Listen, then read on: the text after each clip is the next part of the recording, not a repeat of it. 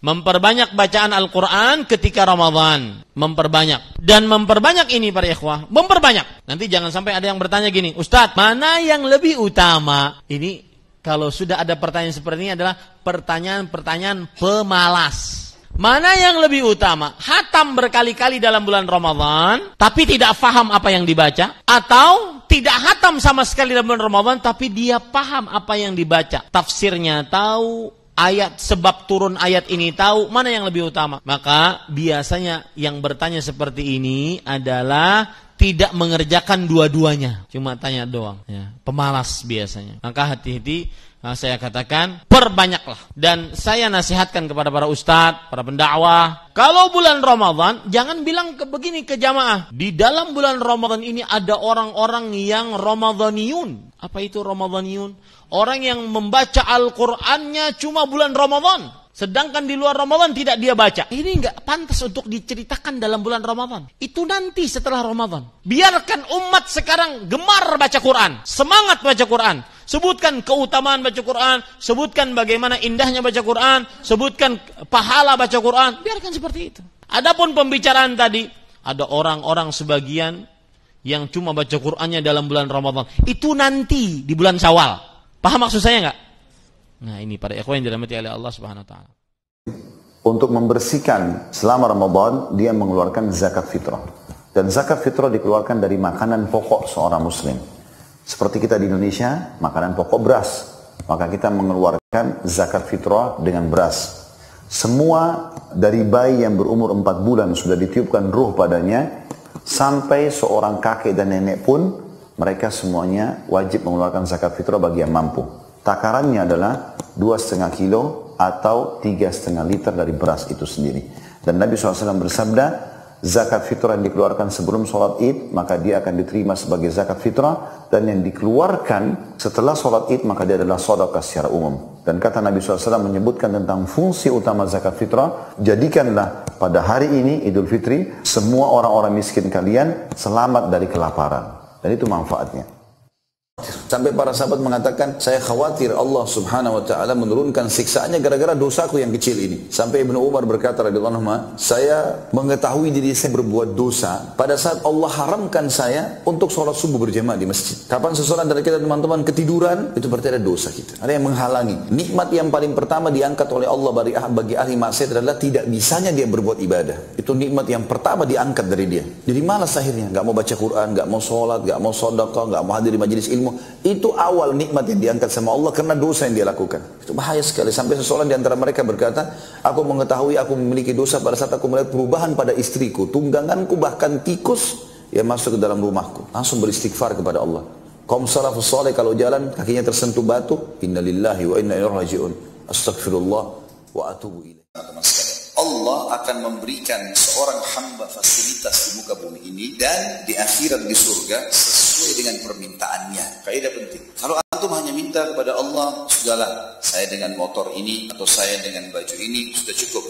Allah anggap antum sudah cukup dengan itu. Tapi kalau ada orang tamak dengan rahmat Allah, nah kita boleh tamak dengan rahmat Allah. Kita sudah sehat, minta ditambah kesehatan. Kita punya keturunan, minta dilebihkan. Itu boleh. Hak kita. Tamak dengan rahmat Allah bagian daripada ibadah. Allah menyuruh kita berdoa kepadanya dengan rasa takut karena azabnya Allah kalau kita berbuat dosa atau tidak diampuni dosa, dan kita tamak dengan rahmat Allah. Jadi di sini kita bisa meminta sesuatu yang lebih dan Allah akan berikan sesuai dengan itu. Coba praktekin dalam kehidupan sehari-hari. Misal, ya Allah saya pengen lebih baik dari ini. Kita tinggal berusaha sedikit, Allah akan kasih. Sama orang masuk surga, udah saya mau yang penting di akhirat masuk surga saja deh, yang penting selamat. Berarti sebatas itu saja. Apa ajaran Nabi SAW? Kalau kalian minta surga, minta Firdaus, karena dia tempat tertinggi surga. Kita menikmati yang halal dan thayyib, thayyib berkualitas. Boleh kita pakai kendaraan, pakaian, tas, sepatu yang mahal, gak masalah. Gak dilarang dalam Islam. Jangan berlebih-lebihan. Boleh kita beli. Bahkan tadi saya bilang lebih besar pahalanya orang kalau mampu beli kualitas A, lalu dia beli kualitas B. Kalau dia beli A, itu lebih besar pahalanya. Dia beli B, sebenarnya dia kekurangan pahala. Karena dia sedang tidak menikmati nikmatnya Allah. Sementara dia butuh. Sedekah yang paling tinggi, sedekah buat diri kita sendiri. Baru sedekah buat keluarga, baru kerabat, baru kemudian umumnya kaum muslimin. Sebagaimana ada sahabat yang mengatakan, ya Rasulullah, saya punya 1 dirham. Di mana saya infakkan? Kata Nabi, buat dirimu dulu. Beli baju buat kamu, beli tas, beli kebutuhan, kendaraan silakan pakai buat kamu. Ada lagi ya Rasulullah 1 dirham. Kata Nabi SAW, buat anakmu. Ada lagi ya Rasulullah 1 dirham. Buat istrimu. Ada lagi ya Rasulullah 1 dirham. Buat kerabatmu. Ada lagi ya Rasulullah kata Nabi SAW, engkau lebih tahu di mana kau letakkan. Setelah itu silakan bebas. Dan akhwat sekalian, antum harus menjadi orang lebih baik dari sebelumnya, gitu kan? Kalau sudah ikut pengajian teman-teman sekalian, ada orang tua lebih bakti, lebih santun, lebih ramah, lebih royal, lebih semuanya. Karena memang kita tahu itu ibadah. Harusnya begitu. Jangan orang tua kita nonton TV 30 tahun sinetron, antum baru ikut taklim seminggu, haram nih kayaknya. Lewat depan TV matiin, bu neraka. Nah ini masalah. Gimana caranya 30 tahun diubah dengan langsung begitu? Kau ikut aliran apa nih nak berhenti? Nggak boleh. Harusnya lebih santun dan harus ada skala prioritas. Mana skala prioritasnya? Mungkin orang tua kita nonton TV dengan tidak sholat. Nah tidak sholatnya dulu ini yang diperbaikin. Pelan-pelan. Karena kalau keimanan sudah masuk dalam hati, dia akan mengubah semuanya. Gitu kan? Tidak bisa orang spontanitas teman-teman sekalian. Apalagi dasarnya kalau orang tidak ikut pengajian. Hati itu bisa berkarat. Sebagaimana berkaratnya besi. Kata para sahabat, ya Rasulullah, bagaimana membersihkannya? Kata Nabi SAW dengan membaca Al-Quran. Ya, ini juga pernah saya jelaskan. Bapak Ibu usahakan minimal 10 ayat satu hari. Minimal. Kenapa 10 ayat? Karena ada hadis yang dihasankan oleh para ulama. Kata Nabi SAW, siapa yang membaca 10 ayat sebelum dia tidur.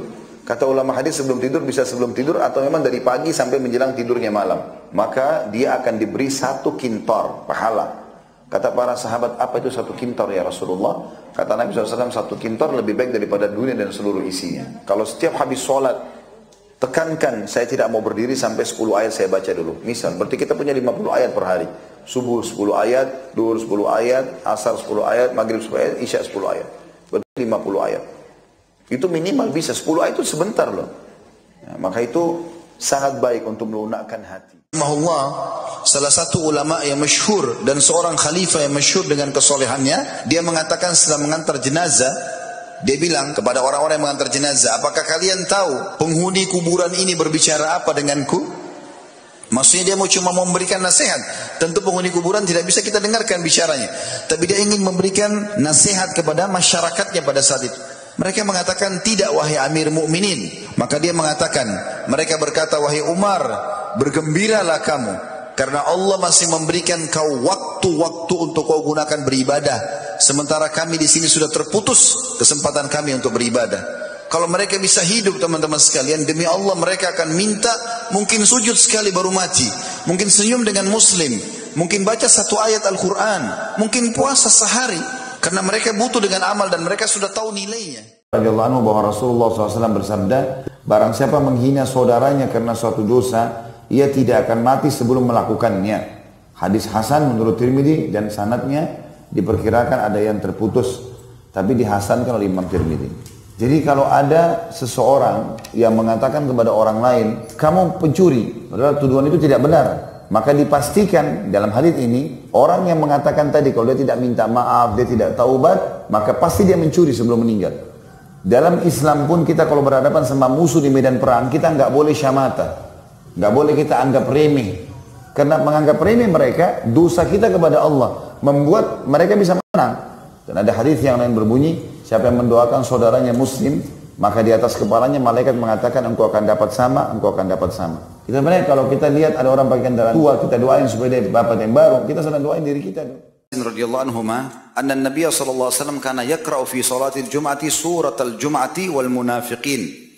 Hadis riwayat Muslim nomor 599. Bahwasanya Nabi sallallahu alaihi wasallam membaca dalam salat Jumat surah Al-Jum'ah di rakaat pertama setelah Al-Fatihah dan beliau menyempurnakan surah Al-Jum'ah ini, dan Al-Munafiqun di rakaat kedua dan beliau menyempurnakan juga surah Al-Munafiqun. Juga dalam riwayat lain dari riwayat Imam Muslim dari Nu'man bin Bashir radhiyallahu anhu, juga Nabi SAW seringkali membaca di rakaat pertama Sabbihisma rabbikal a'la dan Hal ataka hadithul ghashiyah, surah Al-A'la dan surah Al-Ghashiyah. Pada 2 salat hari raya Fitri dan Adha, dan kita lagi sakit kita bilang, ya Allah sembuhin saya, sembuh tiba-tiba. Masih berdoa? Orang berhenti dari doa karena sudah selesai masalahnya. Tapi kalau misalnya dia 3 hari lagi baru Allah kasih 1 minggu, kan pada saat itu kan dia berdoa terus. Kalau dia tahu pahalanya yang transisi yang dia berdoa itu, dia akan berharap kepada Allah terus saja sampai hari kiamat dia berdoa, gitu kan. Ada juga riwayat yang menjelaskan nanti akan didatangkan orang pada hari kiamat diberikan pahala bergunung-gunung, bukan 1 2, bergunung-gunung. Dia kaget, dari mana pahala ini?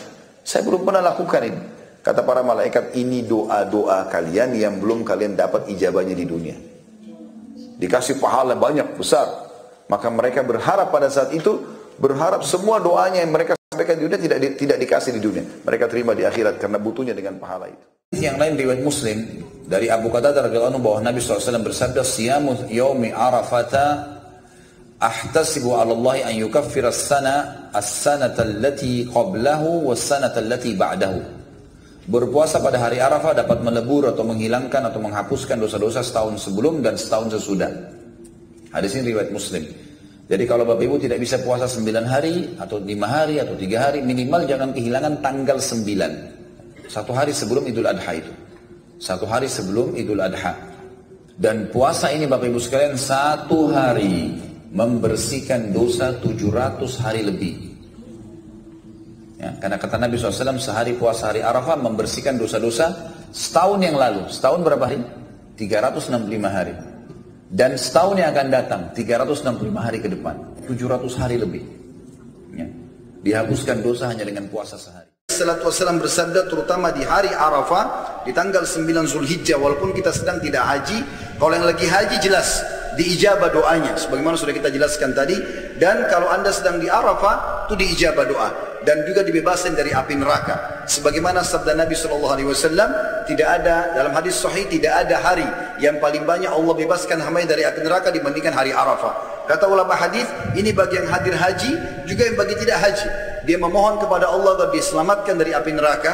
Dan juga dalam sabda yang lain, kata Nabi SAW, doa hari Arafah diijabah.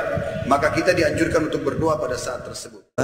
Tidak boleh bercanda, tidak boleh bicara, tidak boleh berbuat hal sia-sia. Namanya lagu. Kata Nabi SAW dalam hadis sahih, pada saat khatib naik di atas mimbar dan berbicara sama orang di sebelahnya atau memindahkan batu, maka dia telah laga. Laga itu artinya telah kehilangan pahala tadi. Bahkan kata Nabi SAW, dan siapa yang berkata kepada saudaranya, diamlah. Dia bilang, diamlah, dengar aja.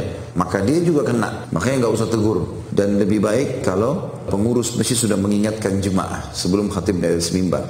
Maju disuruh isi saf, gitu kan? Dan diingatkan nanti kalau khatib di atas mimbar jangan bicara. Juga tidak boleh tidur, jangan tidur. Ini syaitan yang goda dia. Dia harus tahu keutamaannya. Ulama, Idul Adha lebih afdal daripada Idul Fitri. Yang ramai di Indonesia apa? Idul Fitri. Padahal sebenarnya Idul Adha lebih afdal. Kenapa? Ada alasannya. Idul Fitri, habis sholat Idul Fitri kita nggak ada ibadah khusus. Yang mau silaturahim keluarga, mau tidur, mau rekreasi, tempat-tempat yang dihalalkan, itu boleh-boleh saja. Tapi habis sholat Idul Adha, kita punya ibadah apa? Kurban. Ibadah langsung. Fasholli li rabbika wanhar. Sholat kalian Idul Adha itu lalu nyembeli setelahnya langsung. Makanya ulama mengatakan dari ayat tadi yang saya baca ini, dikatakan paling afdal setelah Idul Adha langsung sembelih. Itu paling besar pahalanya. Walaupun kita punya kesempatan 4 hari. Hari Idul Adha dan hari Tasyrik. 11, 12, 13 dari bulan Zulhijjah. Yang biasa-biasa baru datang ke masjid nih, baru nyampe masjid nih, baru tiba, itu kata Nabi di hadis Muslim disebutkan sudah mendapatkan 25 kebaikan. Baru nyampe 25. Jarak satu keduanya, ma baina darajataini khamsumi'ati sanatin, 500 tahun. 2 ke 3 tahun, 3 ke 4 500 tahun. Masuk kaki kanan baca doa, tambahkan lagi pahala. Diniatkan i'tikaf, kata Imam An-Nawawi dalam kitabnya At-Tibyan, dapat lagi pahala. Duduk kemudian sebelumnya tahiyatul masjid, pahala lagi. Tilawah, pahala lagi. Salat, zikir, pahala. Sampai pulang, pahala lagi. Pernah minta? Jarang sekali. Cuman kita yang mesti paham. Kan sama, antum pun suka ngasih isyarat. Mama. Oh, mau makan. Makan. Mama. Boneka. Antum setelah dewasa mesti paham. Kadang-kadang orang tua tuh gak minta. Gak pengen nyusahin anaknya. Padahal orang tua udah susah. Melahirkan susah, mengandung juga susah, merawat susah, menyusui susah. Sudah dewasa pun antum masih susahin juga. Kapan antum berbaktinya? Tapi kadang-kadang cuma nanya, nelpon apa kabar? Padahal di rumahnya itu Masya Allah lagi kurang beras. Beras kurang, rezeki belum dibayar. Kirimkan, sebelum diminta kirimkan. Itu begitu antum kirimkan, demi Allah saya katakan. Di hadis Al-Bukhari, di kitab Al-Adabul Mufrad, bukan cuma mendapatkan lipatan pahala kalikan 700 lebih, tapi ridha Allah turun ke tempat antum pada saat itu. Kalau sudah turun, semua doa yang antum mintakan minimal akan dijawab pada saat itu. Dalam hadis ini contoh saja, ada sahabat-sahabat miskin sekali, rupanya orang dari padang pasir datang, saking miskinnya mereka nggak punya baju, bajunya pun tidak dijahit, jadi cuma diikat di leher, kain, lalu dibiarkan jatuh ke bawah, lalu diikat di kiri kanannya. Nabi SAW lihat, tahu orang ini mau minta-minta, lalu kata Nabi SAW, bersodaqalah, Nabi naik di atas mimbar, bersodaqalah, sodaqah bisa meredam murkahnya Allah, bersodaqalah, karena sodaqah tidak akan berkurang harta seorang hamba karenanya. Akhirnya sampai ada satu sahabat berdiri, dia memulai itu. Dia taruh kain, ya, ditaruh kain sama dia, lalu dia taruh, yang katakan, ya Rasulullah ini dari saya. Langsung ditaruh orang-orang ini. Gara-gara perbuatan dia, orang-orang pada ikut bersedekah. Kata Nabi SAW, siapa yang mencontohkan kebaikan, kemudian diikuti oleh orang-orang, maka dia akan dapat pahala orang yang mengikutinya. Maka bersegera dalam mencontohkan kebaikan. Jangan berpikir, tidak usah berpikir kalau kebaikan. Berpikir itu kalau mau berbuat dosa, nah itu silakan pikir. 1000 kali nggak apa-apa, supaya gagal, ya. Orang tua besar sekali. Banyak orang tidak sembuh penyakitnya, tapi kena minta didoakan sama orang tua sembuh. Banyak orang bangkrut usaha, lalu kemudian dia minta tolong sama orang tuanya didoakan, berhasil. Kenapa kita teman-teman melupakan orang tua kita? Ada orang begitu pindah di kota besar, orang tuanya ada di kampung, telepon tidak, kunjungin tidak, tanya kabarnya tidak. Bahkan kadang-kadang kita mudik, kalau Idul Fitri, pulang kampung, ketemu orang tua yang sudah setahun, 2 tahun tidak ketemu, mereka rindu sama kita. Cuma salaman, habis itu duduk sebentar, 5 menit, 10 menit, pergi kumpul sama teman-temannya. Dari pagi sampai malam, orang tuanya rindu pengen duduk sama dia. Kenapa teman-teman sekalian? Kenapa nggak maksimalkan? Orang tua begitu mengatakan amin, atau mengangkat tangan ke langit memohon kepada Allah. Kata baginda Nabi SAW, salah satu doa yang tidak ditolak oleh Allah adalah doa orang tua buat anaknya. Mustajab doanya. Jika orang-orang tahu apa yang Allah janjikan di azan dan saf pertama, maka mereka akan mendatangi keduanya walaupun merangkak. Di dalam hadis yang lain, Bukhari Muslim, semua hadis sahih ini, kata Nabi SAW, kalau seandainya orang-orang mengetahui apa yang Allah janjikan di azan dan saf pertama, kemudian mereka tidak mendapatkan kecuali harus bersaing, maka mereka akan bersaing. Sampai sebagian ulama salaf mengatakan, andai saja saya memiliki harta yang sangat melimpah di muka bumi ini, lalu saya masuk masjid, saya temukan saya masuk di saf kedua, kalau ada satu orang di saf pertama yang mau mundur untuk satu sholat saja, dan saya bayar dengan seluruh harta saya akan lakukan. Mereka punya miliaran, dibayar orang saf pertama, yang penting tukaran, satu sholat mau dibeli dengan harga begitu. Antum fadhal, silakan silakan. Silakan terus, orang banyak pahala.